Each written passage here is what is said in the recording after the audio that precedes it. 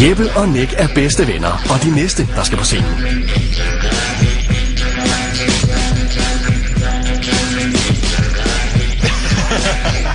Hvor er det fantastisk. I er varmet fuldstændig op, drenge. Klar. Der er 3 dommer dernede. Værsgo. Så skal I helst.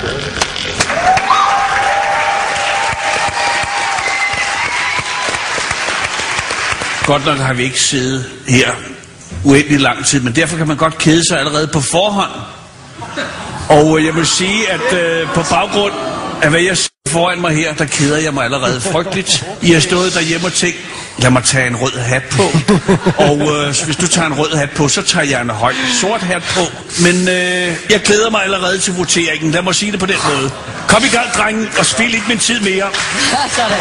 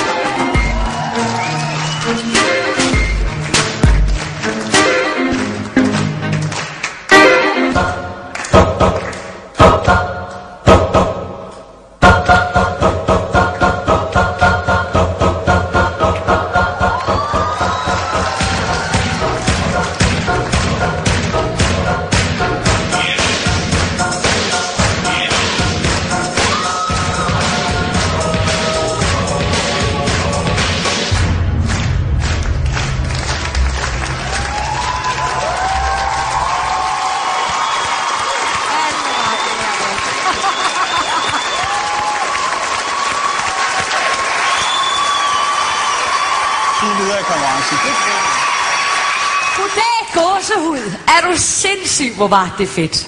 I er så overlegne, og jeg elsker sådan noget. Det var bare overraskelsesmomentet, der var surprise i det. I er så knalddygtige, altså. Det er helt vildt. Jeg er solgt. Tak. Det er således, at frøken Stein nogle gange, der følelserne løber af med hende. Derfor er det godt, hun sidder sammen med nogle strikte herrer, som ikke lader sig rive med af pøblen, der applauderer. Men det er krafteddermame godt, det laver. Det må jeg sige. Nå.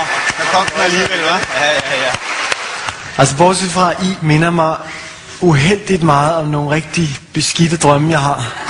Ej, hvordan er det at være inde i Martins Halles hoved?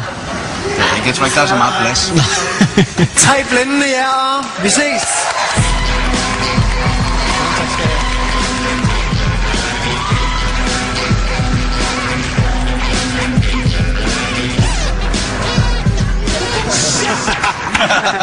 Super fedt.